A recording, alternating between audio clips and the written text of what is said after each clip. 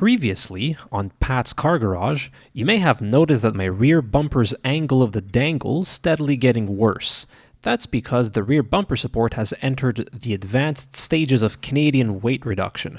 By advanced, I mean of course the gaseous phase, promptly returning to Mother Earth Gaia. Luckily, I have another Jeep. I did promise myself that this Jeep would not be a donor car, and it won't. This is just temporary, and I'm banning myself from taking any other parts off this Jeep. I do need to keep my old Jeep alive for another season or two, so I'm borrowing this bumper support. Removing the rear bumper is really easy. You need to remove the black trim on top of the bumper and any visible clips and bolts. There's nothing hidden. It will slide off the bumper support rails once everything is removed. The bumper support itself is just as easy to remove. It's held on by 4 bolts that thread into clip nut things. I didn't show myself removing the old bumper support because I'm not quite sure how one shows something that's Thanos snapped itself out of existence. The new bumper support, of course, does not line up on the older Jeep because Chrysler Advanced Vehicle Designs or whatever. Luckily, I've got Thor, God of Lightning, on speed dial so we can grind what needs grinding and then tack what needs tacking.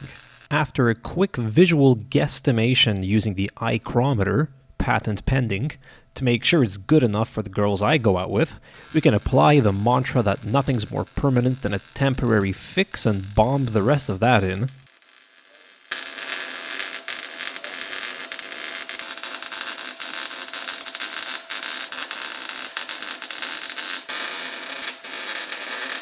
The gap at the bottom was a little bit too thick for me to handle, and was awkward to get in with a grinder for when I need to revert this comet.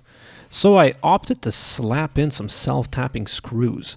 The final piece of the puzzle was to grind out the plastic of the bumper so that the black trim could fit back on. The black trim is also part of what holds the bumper to the bumper support, and based on how the support lines up with the bumper now, it didn't quite fit. No matter. Grinding out the plastic is no big deal. Plus, this bumper isn't in great shape anyway, so I didn't shed any tears over this.